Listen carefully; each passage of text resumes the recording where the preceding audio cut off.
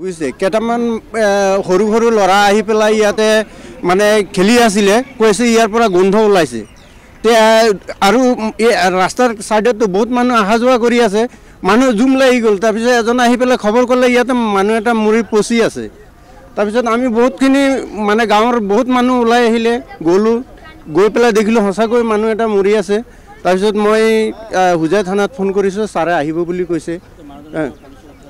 নাই এতিয়া মানুহটো চিনিবলৈ উপায় নাই খালি ভৰি এখন আৰু হাত এখনে দেখা পায় আৰু নাই নাই নাই পচি আছে একদম সন্দেহ কি ক'ম এতিয়া আমিতো এইবিলাক বিষয়ে নাজানো কি হৈছে ক'ৰ পৰা কি হৈছে এইবিলাক ক'ব নোৱাৰোঁ এইটো জেগাটোৰ নাম হৈছে ধনুৱাৰ বস্তি পুখুৰী মানে এইটো এটা হেৰি আৱৰ্জনা পৰি থকা এটা হেৰি আৰু পিটনিতে পৰি আছে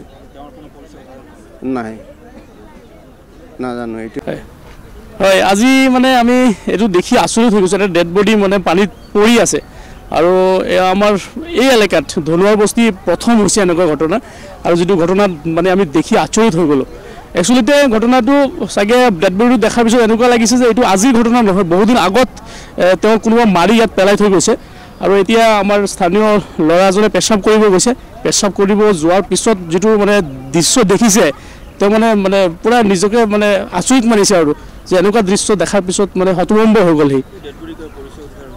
নাই নাই একো পৰিচয় উদ্ধাৰ হোৱা নাই কাৰণ আমি এতিয়ালৈকে চেহেৰাই ভালকৈ দেখিব পৰা নাই